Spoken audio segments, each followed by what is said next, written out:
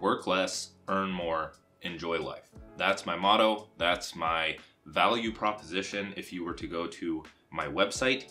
And success is counterintuitive. And that motto has brought me the most growth in my life by living by that motto. Because working less and forcing myself to try to work less and build solutions so that I can work less rather than just being like, oh, you can't work 2 to 4 hours a day. You can only work 8 hours a day. It's like, no, I can work as much as I fucking want to if I build the systems that allow me to do that. And it's just obvious. Working less leads to higher quality rest or more rest, which leads to higher quality work.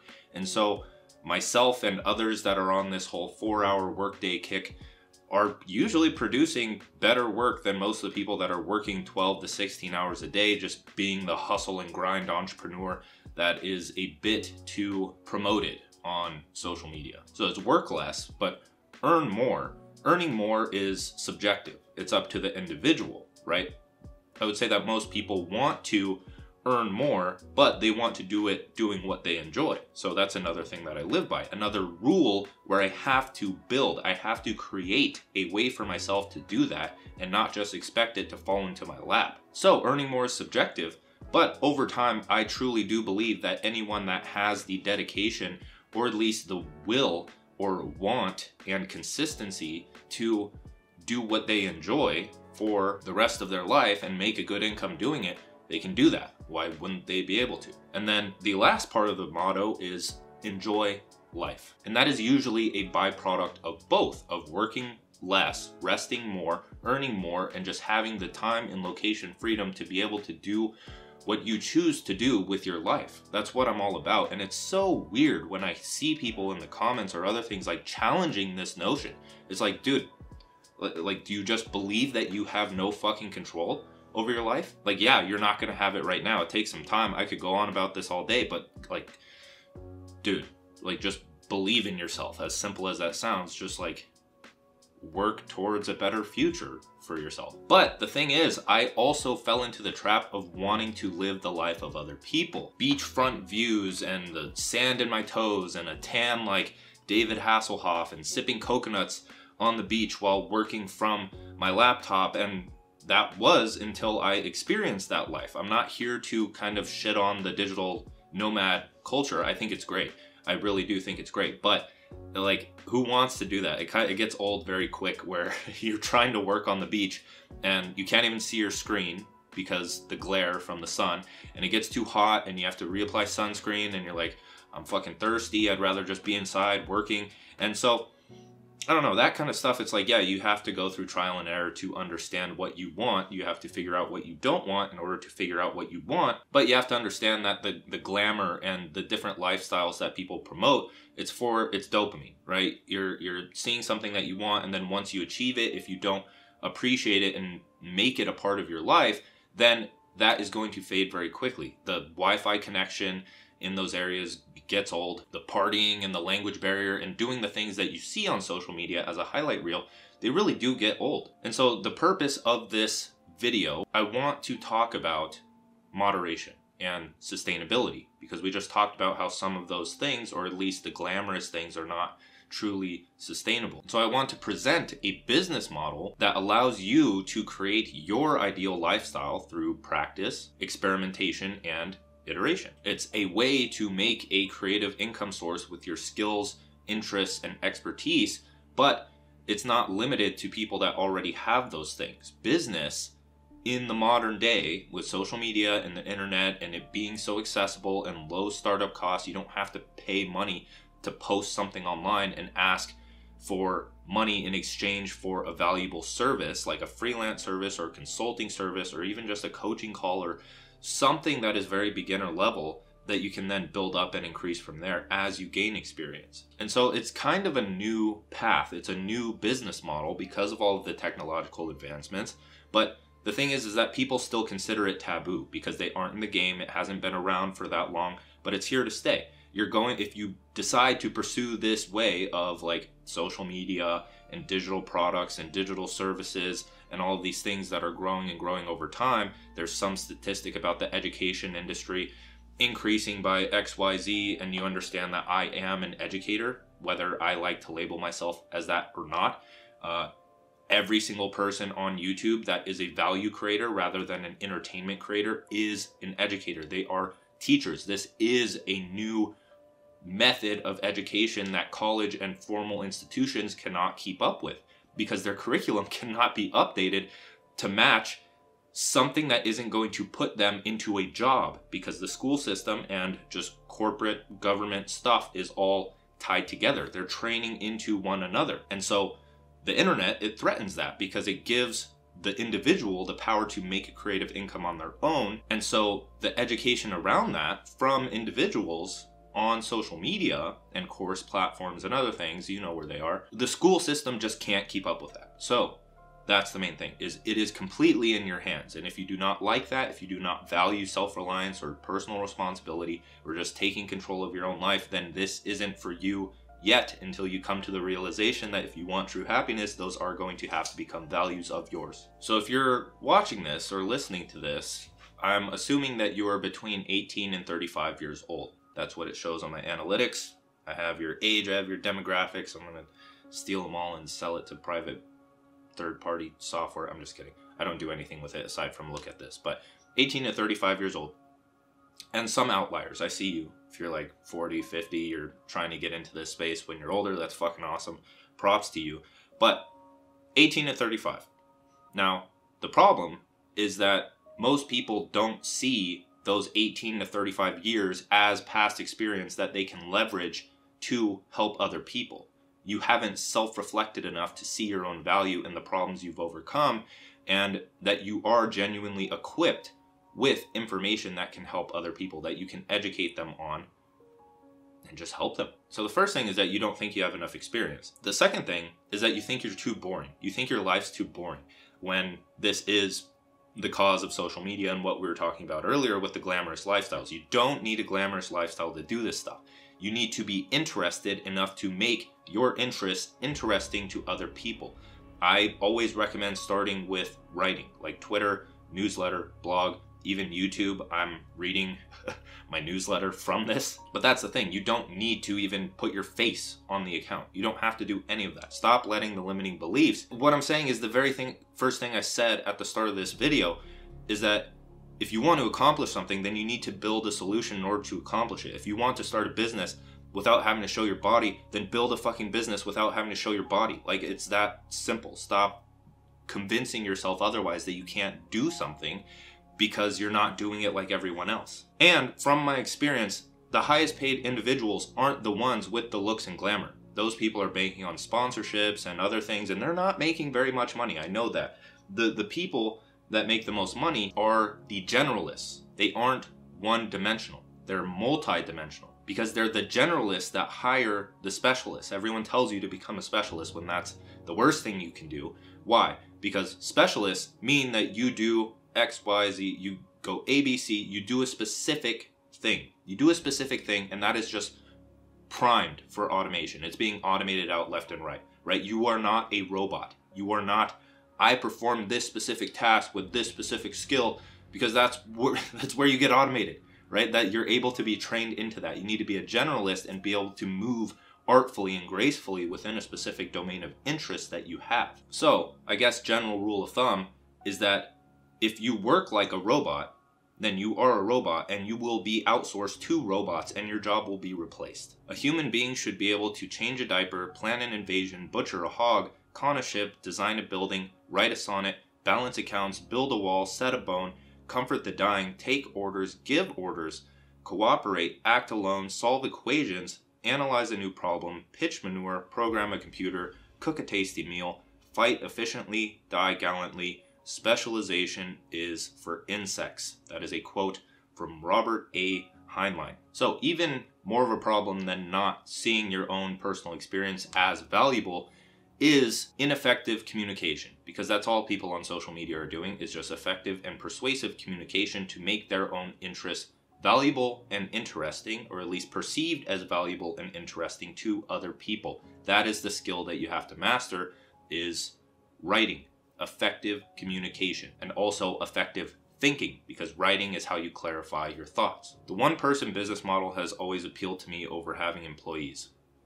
A simple website as a storefront, a digital product stack with high profit margins, 4-hour workdays and potential $1 million years, control over what you work on and who you work with, hard to beat. The one-person business, in my eyes, is for those that value self-reliance, time freedom, and location freedom, sovereignty, autonomy, just being able to do what you want and having enough money to do so while impacting the world and having a purpose behind your life. So one-person businesses, they use social media for building an audience, building a community, and attracting people of like minds, right? So they have leverage for the future by building an audience, because you see a freelancer and they just send cold DMs all day. Well, it's like, I build an audience and I can like sell different offers whenever I want, as long as they're helpful to my audience and they want to purchase them willingly. And so they use social media as traffic, and then in order to host their products or their content or even their newsletter, we use no-code tools, right? Which is just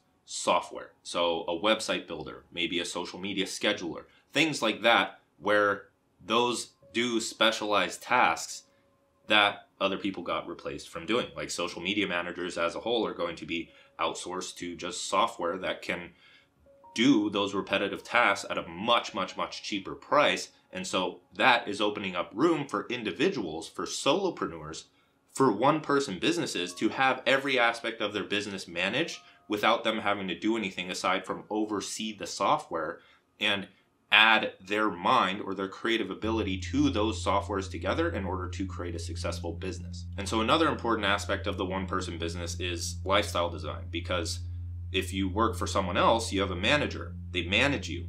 But when you work for yourself, you can sleep until 1 p.m. But are you going to get your work done? If you can get your work done, how are you going to systemize that? How are you going to structure your days for both maximum productivity and maximum creativity? How are you going to design the life that you want to live through trial, error, experimentation, and just self-reflection and understanding the problems that are blocking your quality of life? So you have to understand as well that there is no saturation in a one-person business, because if it is a one-person business, it means it evolves with you. I used to sell digital products and I no longer sell them, because I evolved, I changed, I pivoted a bit and I changed what I offer. I started a different business, whatever it may be. But that's the thing, is I desaturated that market because I can only take on so much, right? This is the one-person business model, is everyone taking their piece of the pie by doing what they truly enjoy. And if everyone did that, you would have to understand that every single interest, every single person is going to study different interests. They're going to explore the crevice of reality that they are the most curious about and distill their learnings to the people that want to learn about those things. And so if every single person was authentic and honest with what they wanted to pursue and their ability to monetize that, so let's say I want to start carving out like woodworking and selling cutting boards, right? And so I study woodworking, I study like design, kitchenware design or something like that, right? You can see that like your interests are not the only one that exists, because that's the trap that a lot of us fall into, is well, everyone's doing self-improvement, everyone's studying self-improvement, everyone's a programmer. It's like, no dude, it's because you're interested in those things and you're following the 500 to 700 people that talk about those things only. So that's all that's in your brain. You haven't broken out of that bubble, and that's fine, because you're supposed to be exploring that and you're supposed to be creating your own unique perspective to further understanding in those areas, to educate people in a better way than schools can do. So there are two paths to starting a one-person business with zero experience. And first, I want you to stop thinking of business as some like billion-dollar company or something like that. Business is what you do. Business is your life's work. Business is the vessel to create your ideal lifestyle while impacting the world at large. So money is a modern byproduct of living with purpose and passing down your teachings. It's self-actualization and self-transcendence. It is a vessel for that. I like to think of it, there's like mindfulness techniques and spirituality. There's Zen techniques for achieving this actualization or enlightenment.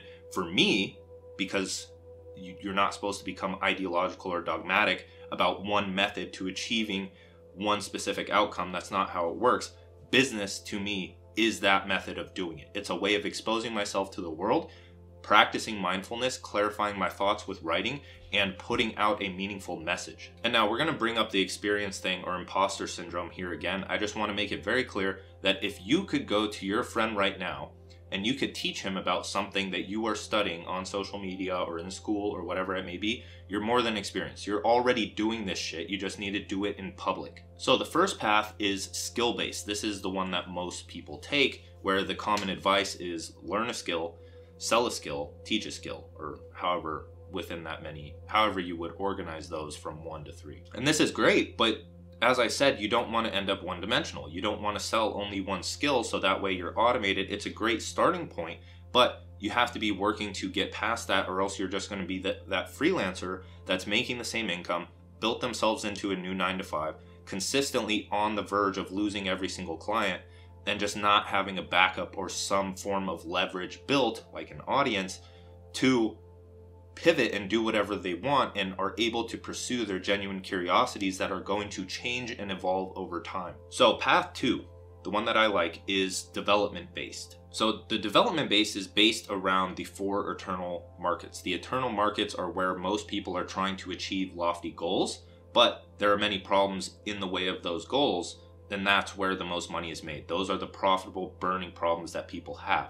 The 4 eternal markets are health, wealth, relationships, and happiness. So path 1, by choosing a marketable skill, usually only pays attention to wealth. But with path 2, it's just built for the business of you, the one person business, because you quite literally pursue your own goals, which is your brand, which we'll talk about. You solve your own problems as you are pursuing those goals by researching your curiosities that allow you to achieve those goals faster, which is the content, the information, and the value that you are passing down. And you create a system to help others do the same. So you self-reflect and you look back, how would I have done this better? How did I do this, and what results did I have? Now, how can I help other people step by step in a faster way get to those results? So you're advancing human evolution. You're helping people evolve and actualize and transcend much faster. And that's why I said business to me is this vessel for self-actualization and even spirituality and self-transcendence. And so that system, that step-by-step system, is your offer or your product. And so that is how you be yourself, improve yourself, and profit off of yourself. You may be wondering, like, but Dan, I'm just starting out. And it's like, you don't have to write posts or create a product where it's like how to make $1 million in 3 days. You don't have to do that. You have to pay attention to where you are now, where you're going, and how you're going to get there, right? So where you are now, you may have made $0. And so how do you position your content or your product? How do you position, or what perspective are you giving about yourself? So how do people perceive you, right? You don't write a post on how to make $1 million in 3 days. You write, here's how I'm going to make $1 million in 5 years. I mean, and then you give out your plan, and then people follow along because you are a leader then, and people follow leaders. You are positioning yourself as a leader. You're helping people achieve the goals that you are trying to achieve, and you're kind of leaving breadcrumbs along the way. And then path 3 is both skill and development based. And this is kind of a given, because when you start and you haven't learned any skills yet, this is how you learn fast. If you're going to start on social media as your way of generating traffic, then you're going to have to learn how to design a good profile picture, how to design a good banner, how to write a compelling bio. You're going to have to learn how to write social media posts. So you could become a Twitter ghostwriter. You could become an Instagram post creator, whatever you call that. You could become a video editor. You could design banners for people. You're building skills as you grow your business. And that means you can help other people grow their business and offer a freelance service so you can start monetizing pretty close to from the start. And you're doing it in such a way that you're actually getting results for yourself. If you get results for yourself in a real world setting, rather than just building out portfolio pieces and never getting paid what you deserve because you don't know how to apply your skills to someone's actual business, then you practice your skills on your own business. You build your own website. You build your own landing page. Maybe you build a landing page for an affiliate product to see how good you are at copywriting, because then you don't even have to create the product. You just build an affiliate product, build your own landing page, see how good you are at that, and then you can offer selling landing pages for $1,000 to $2,000 to other creators. You see what I'm saying here?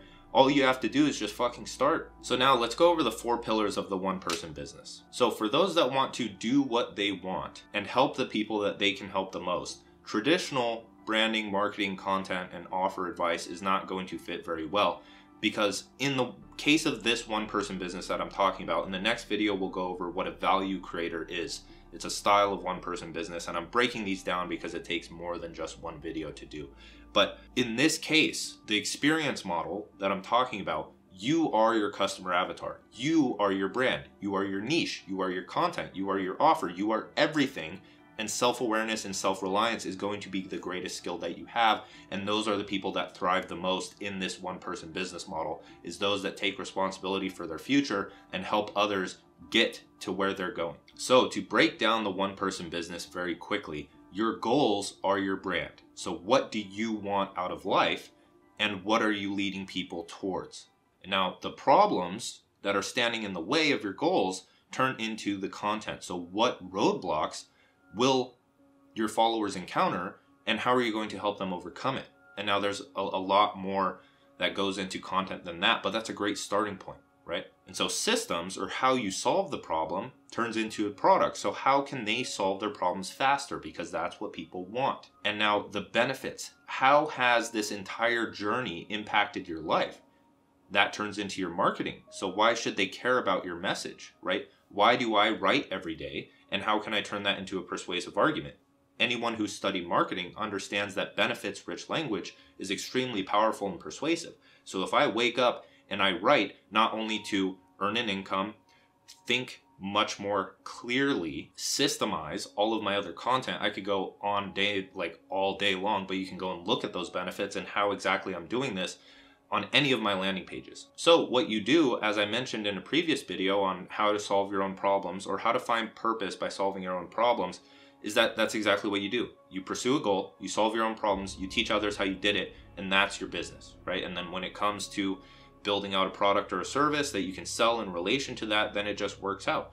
And this is, of course, oversimplified. There's many, many nuances here, but if you take these foundational principles and apply them and figure out and test and experiment and do exactly what I'm telling you to do by figuring it out for yourself, so you actually have unique and genuine knowledge on how to do it, it's going to take time. But that time is going to pay back tenfold, aside from you hiring someone to build your brand for you, because then you're just relinquishing all potential leverage and just power. All right, so branding is fairly understandable. That's where you work towards a goal, and that is your brand message. That's what you're helping people do. If your goal is to make $1 million, then your mission or your message that you can start with and iterate from is helping 1,000 people make $1 million by 2025, right? Who wouldn't want to follow that? So the next pillar, content, is where people have the most problems. It's like, Dan, what do I write about? So let me introduce you to a topic that I talk about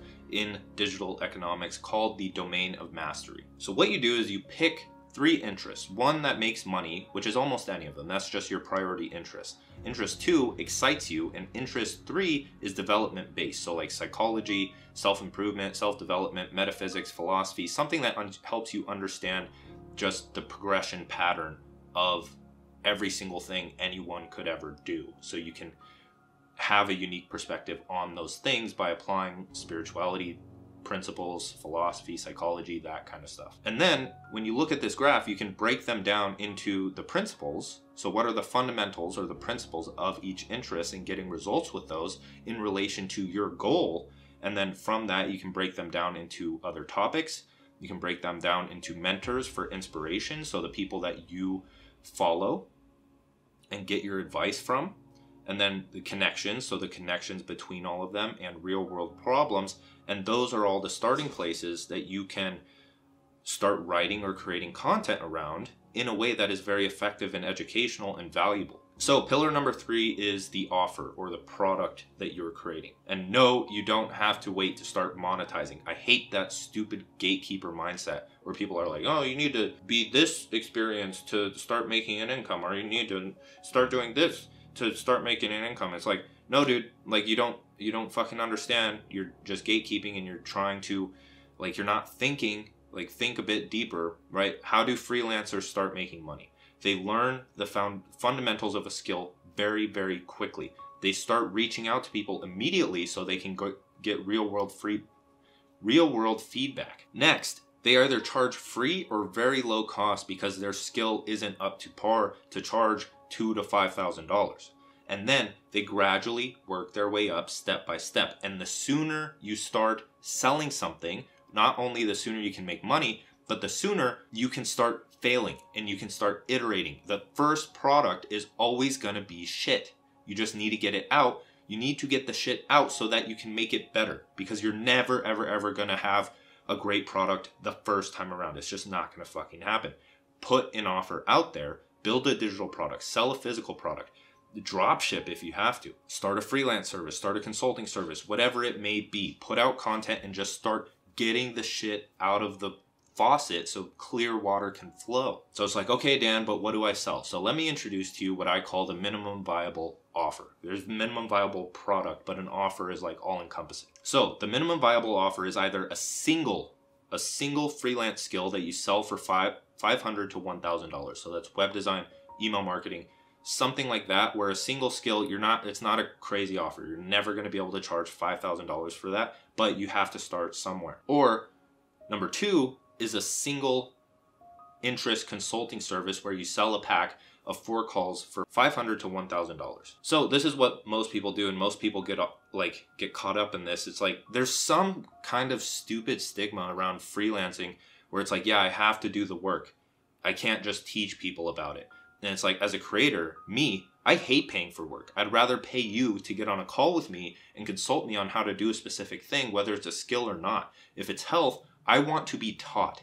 If you're starting an education business like this, then don't do a freelance done for you service. Just offer consulting calls or a digital product. So health coaching, fitness coaching, performance coaching, mindset coaching, life coaching, business coaching of whatever domain or niche you're in. Those are very broad. You can go a bit more deep into the sub-markets within those, like bodybuilding coaching or neuro hacking consulting, right? It's what you're interested in, and you can only find what it is that you want to teach by diving into your domain of mastery or the crevice of reality that composes the interest you want to explore in this life. But it's not like consulting isn't only limited to those. I'm really surprised that like digital tutoring offers aren't more of a thing. If I learn web design and I want to teach a creator over 4 calls how to design a great website for themselves, I think that's a great fucking offer. And if I was starting out, I would pay for that. It's the same thing.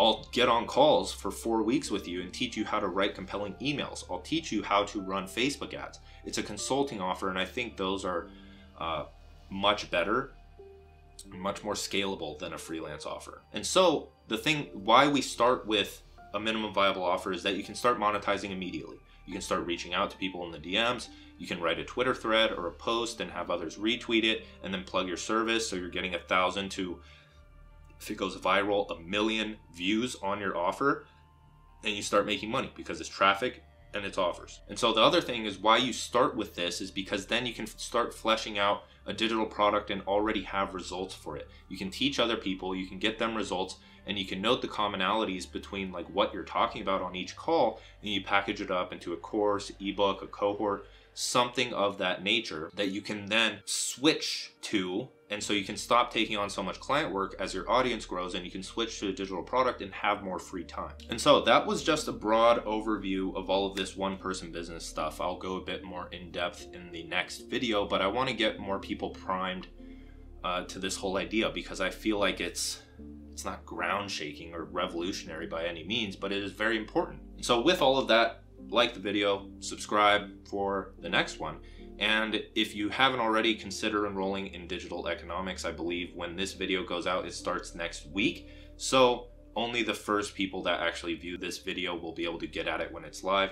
But later on, you can apply to the waitlist. And you can also check out other stuff down there, like the 2-hour writer course or Modern Mastery, which is my community, and other free creative challenges, a power planner, all of that fun stuff. So thank you for watching or listening, and I'll see you in the next one. Peace.